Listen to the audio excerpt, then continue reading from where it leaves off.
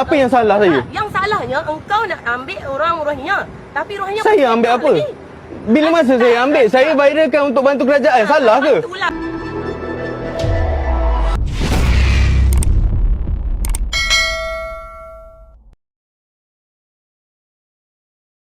Seorang wanita mencuri perhatian selepas tampil bersuara berhubung dakwaan perselisihan yang dikaitkan dengan seorang aktivis. Menerusi kenyataan yang tular, wanita berkenaan mendakwa tindakan aktivis itu menyentuh isu kegiatan pekerja warga asing yang didakwa menimbulkan rasa kurang senang dalam kalangan pihak tertentu. Wanita tersebut turut mendakwa dirinya pernah membantu orang awam serta mengenali beberapa anggota polis. Dalam kenyataan sama, dia dikatakan mengeluarkan amaran kepada aktivis berkenaan susulan satu pertikaian yang berlaku sebelum ini. Menurut dakwaan yang dikongsikan, perselisihan itu dipercayai tercetus selepas aktivis berkenaan bertengkar dengan seorang pekerjanya yang didakwa warga asing.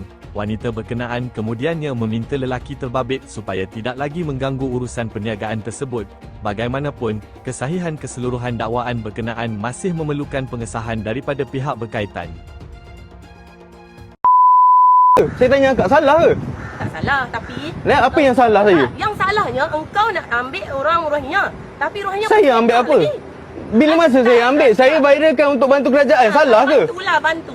Nen, kenapa akak nak marah? Tak, masalahnya tak ada. Yang membeli, yang merata-rata tu semua sama aja. Tak ada perubahan. Apa yang Nen, saya tolong. Ya, tolong. Apa yang dapat? Apa yang dapat? Saya dapat bantu. Aku tanya aku tak dapat apa-apa pun. Akak tak dapat apa? Akak ingat saya ada gaji ke saya buat ni? Sepatutnya kau orang ni menyusahkan orang. Apa yang saya menyusahkan? Engkau kalau boleh, engkau buat biar guna saluran yang betul. Okey. Engkau ambil semua Rohingya kat sini. Okey, saya tanya. Engkau buat viral, semua bersepah lagi kat sini. Lepas tu? So, engkau yang punya solution kan, memang teruk lah engkau tahu. Kenapa saya teruk? Saya menggunakan kuasa virus supaya dapat. Baguslah, tapi aku tengok Rohingya semua sepah.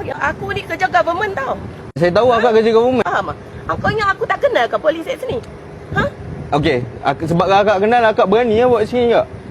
Kau janganlah kau ajar sangat. Saya tak ajar. Kau ingat aku berniaga kat sini, aku tak ada mak bapak ke? Okey, akak ada mak bapak. Pekerja akak kurang ajar dengan saya. Macam mana?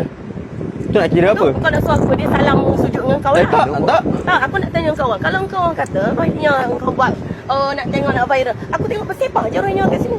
And then sebab itulah saya tugas saya viral kan. Tapi tempiasnya kena kat aku. Tempias kena akak, saya tak tahu. Saya tak ada. And then biarlah saya jaga negara saya. Kau pergi balik sekarang. Kenapa? Kau pergi balik. Dah habis dah kan? Okey, dah. Okey. Kalau aku tengok muka aku ada saja kat situ, kau siap. Kau orang ni kan viral engkau suka party kau orang je. Apa? Aku tahu aku pun rakyat Malaysia. Okey. Engkau kata